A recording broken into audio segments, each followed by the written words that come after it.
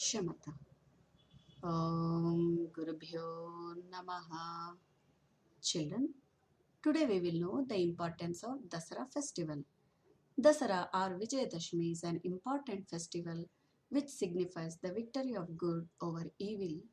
This annual festival is celebrated with great enthusiasm across the world on the 10th day of the Navaratras. According to the Ramayana, Vijayadashmi marks the day that Lord Rama defeated the demon king Ravana.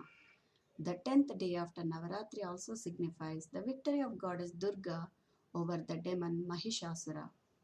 Shami is highly revered and worshipped as part of Dasara festival. This tree takes importance during the 10th day of Dasara festival when it is worshipped in various parts of India. In the Mahabharata, the Pandavas are known to have spent their 13th year of exile in disguise in the kingdom of Virata. Before going to Virata, they are known to have hung their celestial weapons in this tree for safekeeping for a year. When they returned after a year, they found their weapons safe in the branches of the Shemi tree.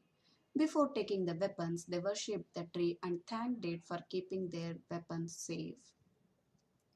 According to the legend, there lived a very poor, destitute child, Shamivrata, who, despite being an orphan, was an epitome of good qualities.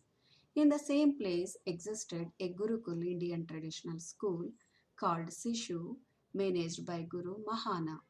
Hardworking and diligent Shamivrata came to the Gurukul and began his education with extreme sincerity and commitment. He also had Prince Vrikshita, son of the Maharaja of that kingdom, as his classmate. As Guru Mahana used to say, good education demands a lot of humility and would also mean going hungry at times to acquire knowledge. Shamivrata followed this unscrupulously, but Vrikshita used to believe that enthusiasm and knowledge can be acquired only when the stomach has no hunger, else a student is as good as a breathing dead body. Years flew past and their education in Gurukula, Sishu, came to an end, and it was time for everyone to move out to face the real world and put their knowledge to worldly use. Before they embark onto their native places, Guru Mahana says that he will come to each one of them in due course for receiving his Guru Dakshina, reverential offering or gift made to a Guru in return for knowledge imparted. One day, Guru Mahana arrives at the palace of Rikshita, who had become the king by the time. He receives the Guru with the ceremonies befitting a royal reception. He wanted to gift his Guru something that no one should have given before or no one can gift later. He also wanted the Guru to realize the worth of this royal student who is now the king. He then loaded the palace elephant with a chest of gold coins, gems, and jewels, sent it along with the Guru. He then secretly followed the Guru just to witness the misery of Shamivrata, who would surely be repenting due to his inability to give anything to his Guru. As Guru Mahana reaches Shamivrata's humble hutmate, he receives his Guru with utmost devotion and offers him milk and fruits. He inquired about the well being of the Guru. Despite knowing he has nothing to offer, Shamivrata tells his Guru to ask anything and he ensured that is made available.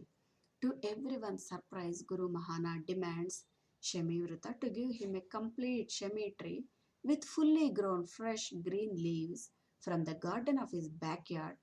Shamivrata, who believed that there is nothing greater than a Guru and nothing beyond death, offers it to the Guru right away and takes him to the backyard. As soon as Guru Mahana touches the tree, all the leaves on the tree turns into gold coins and it started dropping down from tree one by one, growing into a huge heap. Surprisingly, tree was still not bereft of leaves. Guru Mahana then tells even a leaf given with love is equivalent to gold compared to any gift given out of pride. He then summons Vrikshita and tells him that gold may be available anywhere, but it can never buy love and good relationship.